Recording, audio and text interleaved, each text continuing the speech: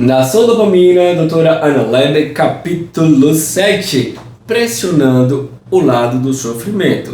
Então vamos lá. Aí logo aqui ela vai dizer, já que a gente está acostumado com muita dopamina, se no nosso mundo a gente tem dopamina pra caramba, que a gente tem que fugir da dopamina e a nossa gangorra do prazer tá ali pesadinha e a gente tá ficando agora entorpecido com a dopamina, logo vamos agora pressionar o lado do sofrimento. E aqui ela não está falando sobre ser, e aqui ela não vai falar sobre ser sadomasoquista, mas falar sobre a gente se familiarizar e ser confortável com o desconfortável.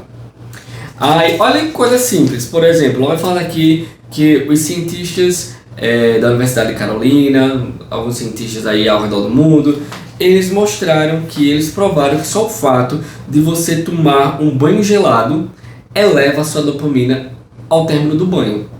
Ou seja, são pequenas coisas que a gente pode fazer para começar a regular a nossa balança, né, de prazer e sofrimento.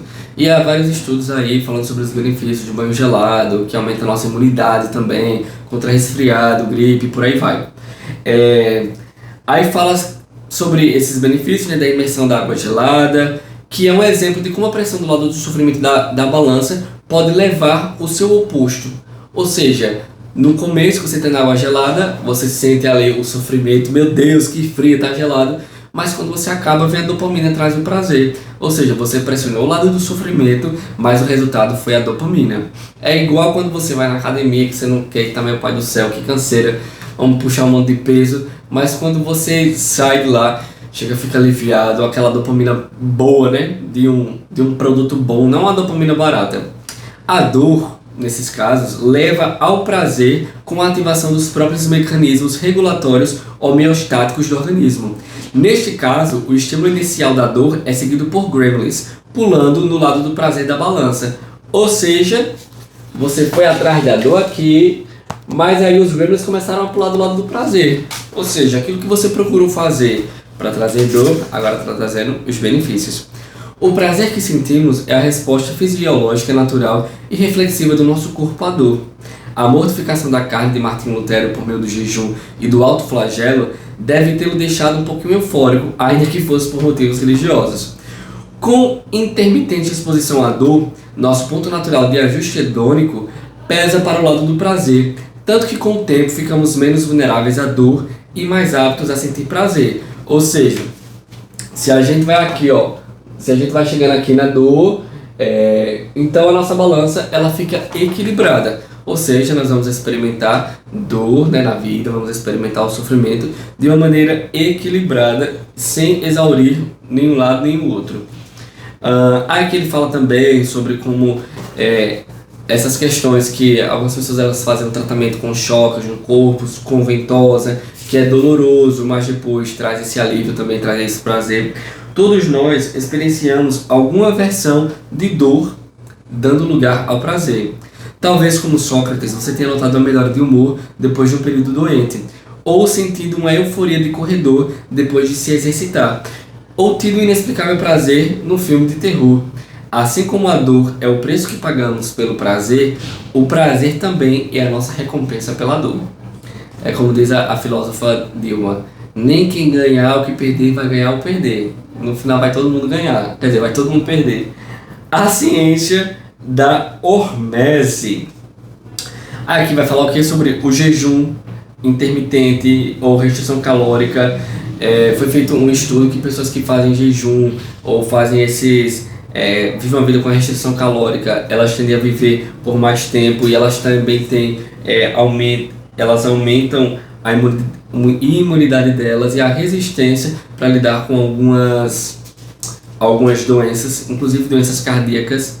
Exercícios também. O exercício é imediatamente tóxico para as células, causando aumento de temperatura, presença de oxidantes nocivos e a falta de oxigênio e glicose. No entanto, há evidência esmagadora de que o exercício faz bem para a saúde e que a falta de exercício, principalmente combinada com a alimentação sedentária crônica, é mortal. Ou seja, o exercício ele vai acabando com as células, ele vai esmagando, né, o nosso corpo, mas ele no final das contas é uma dor que traz benefício.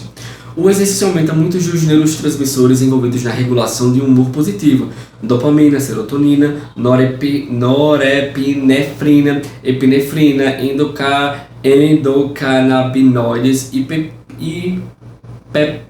peptídeos, opioides endógenos, que são as endorfinas.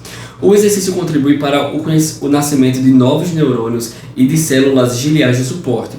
O exercício até reduz a probabilidade do uso de drogas e de se tornar dependente. Ou seja, a pessoa ela vai ficar de uma maneira equilibrada. Porque, por exemplo, quando você está com cortisol muito alto, com a raiva lá tinindo, você faz um exercício, você corre, você malha, então é como se você colocasse toda essa raiva que você está para fora. Os radicais livres vão batendo em retirada. Uma solução para o bem-estar é sairmos do sofá e movimentarmos nossos corpos reais, não os virtuais. Como digo aos meus pacientes, caminhar pelo bairro, nem que seja apenas por 30 minutos ao dia, pode fazer diferença.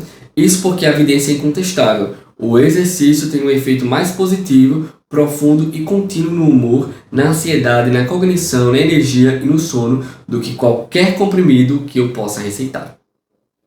Mas a busca do sofrimento é mais difícil do que a busca do prazer, porque vai contra o nosso reflexo inato de evitar sofrimento e buscar prazer, fora que exige a nossa capacidade cognitiva, ou seja, temos que nos lembrar de que sentiremos prazer depois do sofrimento e somos consideravelmente amnésicos quanto a esse tipo de coisa. Sei que tenho que reaprender as lições de sofrimento toda manhã, enquanto me obrigo a sair da cama de exercício.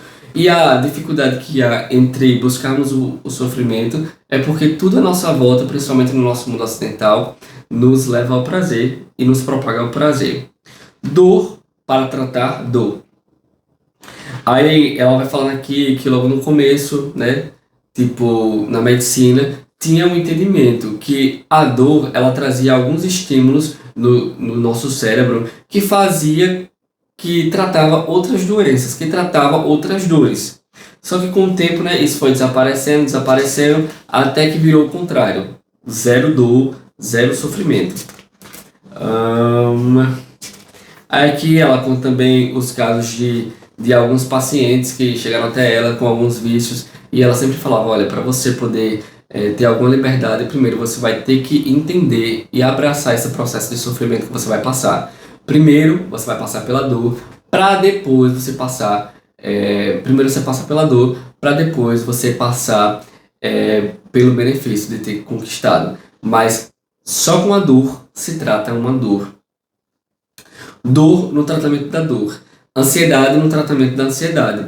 Essa abordagem é contraintuitiva e exatamente oposta ao que nos ensinaram nos últimos 150 anos sobre como lidar com a doença, aflição e desconforto.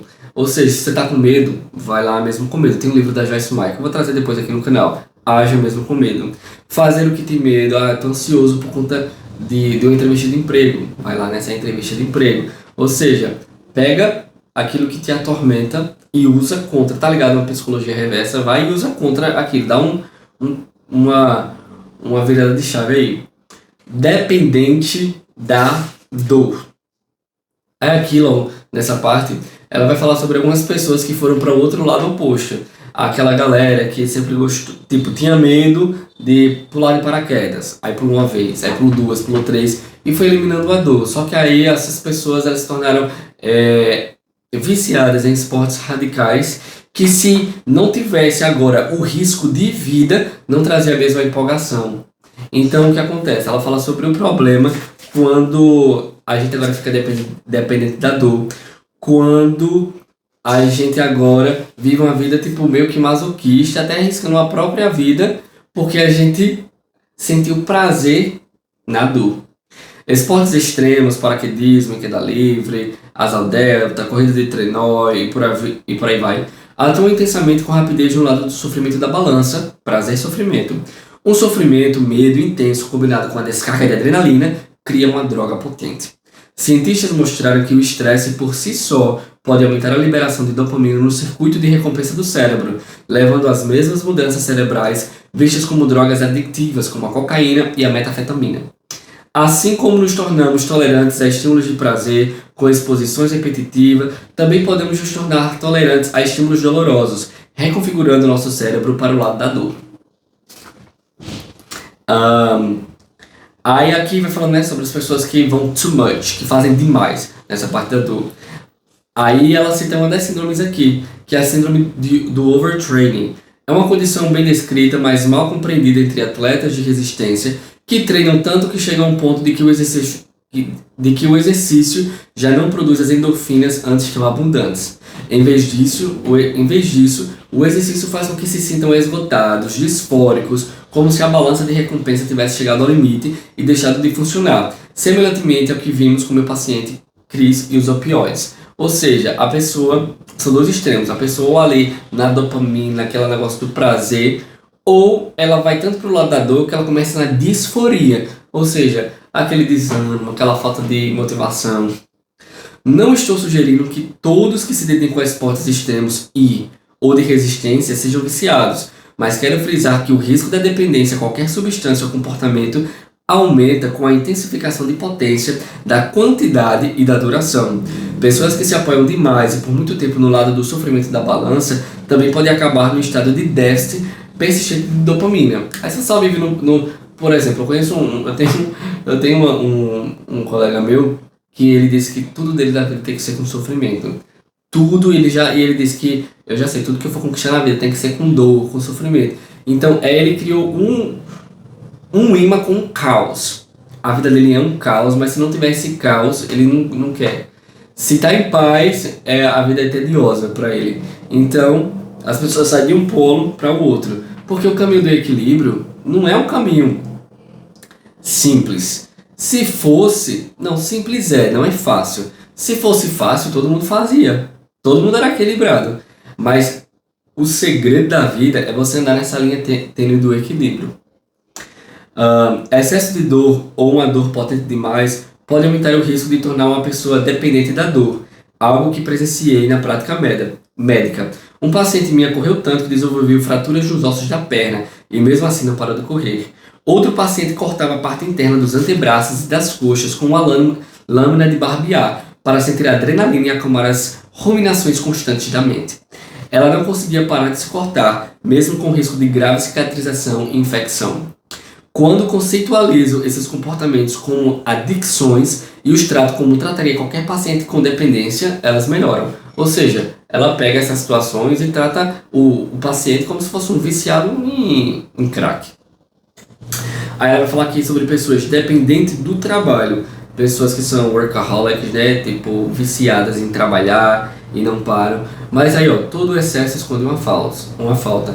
Normalmente uma pessoa que é viciada em viajar, viciada em trabalhar, viciada em droga, viciada seja lá no que for, ela está fugindo de alguma situação que está aqui parando na mente dela e ela não quer enfrentar. Todo excesso esconde uma falta. E onde há um vício, e só existe um vício porque existe uma fuga, uma tentativa de fuga. O veredito da dor. Quando consumimos um excesso de dor ou uma dor muito potente, corremos o risco de um hiperconsumo compulsivo destrutivo. Mas se consumirmos exatamente a quantidade certa, inibindo uma grande dor com uma dor menor, descobrimos o caminho para uma cura hormética e talvez até um ocasional ataque de alegria. E aí, pessoal, é isso aí. Vamos que vamos. Hashtag só sucesso.